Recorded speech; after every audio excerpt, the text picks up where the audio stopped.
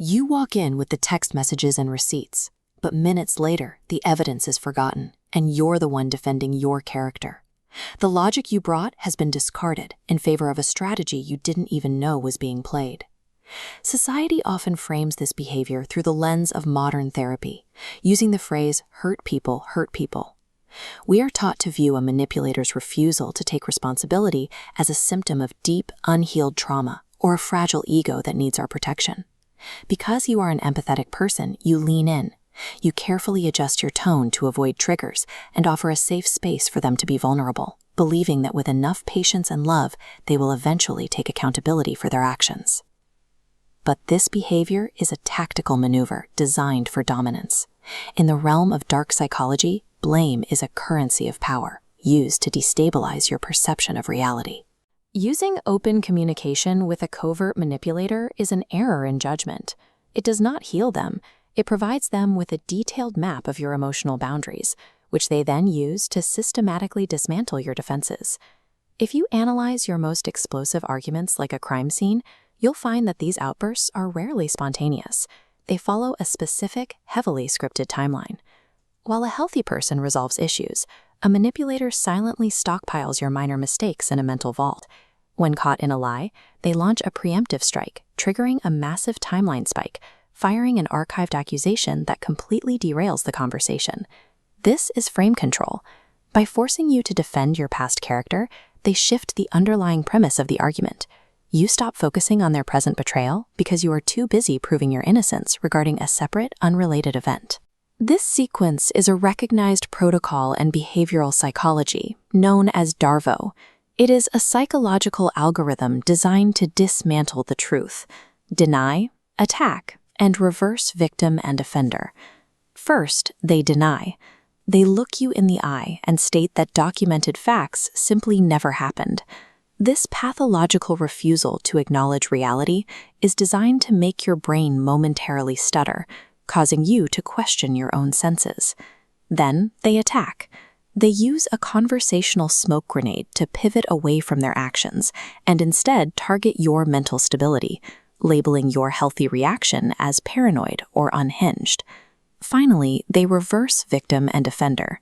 This flowchart shows how solid evidence is filtered through denial and attack until the system reverses the roles. Your reaction to their betrayal is suddenly presented as the actual abuse, leaving you to apologize for being hurt. Repeated exposure to this cycle creates intense cognitive dissonance. To keep the peace and resolve the tension, the human brain often surrenders its own memory, leading you to believe that your perception is the problem.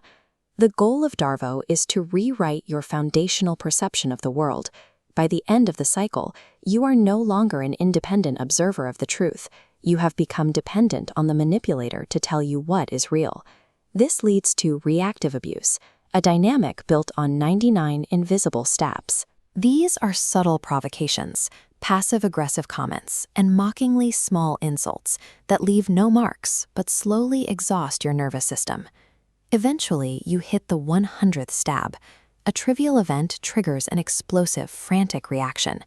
After months of suppressed agony, you finally snap, raising your voice or lashing out in a desperate attempt to be heard. At that exact second, the trap snaps shut. The manipulator instantly drops into an icy calm. They do not escalate. They watch your breakdown with total detachment. They then use your loss of control as evidence of your instability. By presenting your reaction to their hidden provocations as the primary issue, they frame you as the dangerous party to mutual friends or therapists. This allows them to launder their emotional violence through your nervous system. They successfully shift the blame for the entire conflict onto your reaction, absolving themselves of any responsibility. Disarming this cycle requires an examination of the manipulator's internal mechanics. While it is tempting to think these individuals love themselves too much, the arrogance is actually a protective shell over a core of untreated shame. For a mind built on an illusion of perfection, taking blame triggers a narcissistic collapse, a total breakdown of the identity they have constructed to survive. Admitting a mistake feels like an ego death, which they will do anything to avoid. This is a parasitic exchange. They do not blame you because they believe you are at fault. They do it because they cannot process their own inadequacy. They handle their shame by transferring it into you, using you as a scapegoat to keep their own ego intact. When you apologize for their behavior, they experience a rush of relief. They are siphoning your emotional stability to fill the void in their own identity, which is why they appear calm while you feel destroyed. You cannot reason someone out of a behavior that their psychological survival depends on. Every attempt to use empathy only provides them with the energy they need to maintain the illusion. Standard instincts to provide logic or defensive evidence are ineffective because they give the manipulator exactly what they crave. Your explanations act as emotional oxygen, fueling the argument and keeping the spotlight on you. Breaking this cycle requires a shift toward advanced gray rock, or mirroring the void. This technique focuses on maintaining total emotional detachment to deny the manipulator the reaction they seek. When they launch a preemptive strike or use the DARVO Protocol, you do not explain yourself.